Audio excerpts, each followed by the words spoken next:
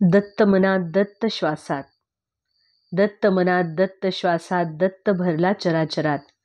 मिळो गुरुदत्तांची कृपा तुम्हाला तुमच्या जीवनात. सर्व दत्त परिवारास साष्टांग प्रणिपात. शुभप्रभात. दत्त माझा मी दत्ताचा.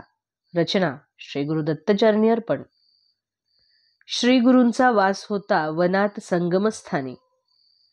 श्री गुरूंचा वास होता वनात संगमस्थानी. नित्य जात होते श्री गुरु गावात भिक्षेसाठी माध्यांनी. श्री गुरूंचा वास होता वनात संगमस्थानी. त्या गावात ब्राह्मणांची होती जवळपास 100 ती घरे. त्यात होता एक दुर्बल नि दरिद्री ब्राह्मण राहत आपल्या पत्नी सवे. त्यात होता एक दुर्बल नि दरिद्री ब्राह्मण राहत आपल्या पत्नी सवे. त्या ब्राह्मणाच्या दारी होती एक वांझ म्हैस. त्या ब्राह्मणाच्या दारी होती एक वांझ म्हैस. जिच्या नाकात घातले होते बघा त्या ब्राह्मणाने वेसन.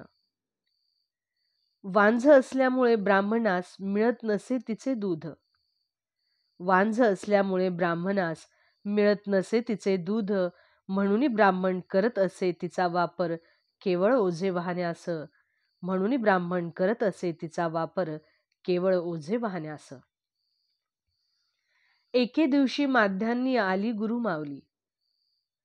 एके दिवशी माध्यांनी आली गुरुमाऊली त्या ब्राह्मणाच्या दारी भिक्षा मागण्यासाठी. ते पाहून इतर लोक बोलू लागले बोल. ते पाहून इतर लोक बोलू लागले बोल. पंचपक्वान्न सोडून बघा श्री गुरु का गेले त्या दरिद्री ब्राह्मणाच्या अंगणात. सामान्य जनांच्या कसे येणार हे लक्षात की माऊलीस असतात तिचे सगळे लेकरे समसमान. कुणीच नसे लहान मोठा नसे कुणी राजा निरंक. कुणीच नसे लहान मोठा आणि नसे कुणी राजा वरंक. माऊलीच्या नजरेत आहेत सगळेच एक समान. माऊलीच्या नजरेत आहेत सगळेच एक समान. अंगणी बघताच गुरु माऊली आली विप्रस्त्री बघा धावून. अंगणी बघताच गुरु माऊली आली विप्रस्त्री बघा धावून. व पुढे होऊन तिने केला श्री गुरुस साष्टांग प्रणिपात. अंगणी बघताच गुरु माऊली आली विप्रस्त्री बघा धावून. विनविले तिने गुरूंना दिले आसन बसायला. विनविले तिने गुरूंना दिले आसन बसायला. तेवढ्यात गुरूंनी मागितली भिक्षा दे दूध आम्हा करायला प्राशना. तेवढ्यात गुरूंनी मागितली भिक्षा दे दूध प्राशन करायला आम्हाला. ऐकताच श्री गुरूंचे बोल दुःखी झाली बघा ती स्त्री. वांझ असे महिषीही असमर्थ मी भिक्षेसी. वांझ असे महिषीही असमर्थ मी भिक्षेसी. तेव्हा गुरूंनी दिला त्या स्त्रियेस आदेश. तेव्हा गुरूंनी दिला त्या विप्र स्त्रियेस आदेश. आणून एक पात्र दुधासी तू काढ या म्हशीचे दूध. गुरु आज्ञा मानून शिरसा वंद्य गेली विप्र स्त्री काढण्या दूध. गुरु आज्ञा मानून शिरसा वंद्य गेली विप्र स्त्री काढण्या दूध. काय आश्चर्य माऊलींनो दिले दूध म्हशीने भरून 2 पात्र. काय आश्चर्य माऊलींनो दिले दूध म्हशीने भरून 2 पात्र.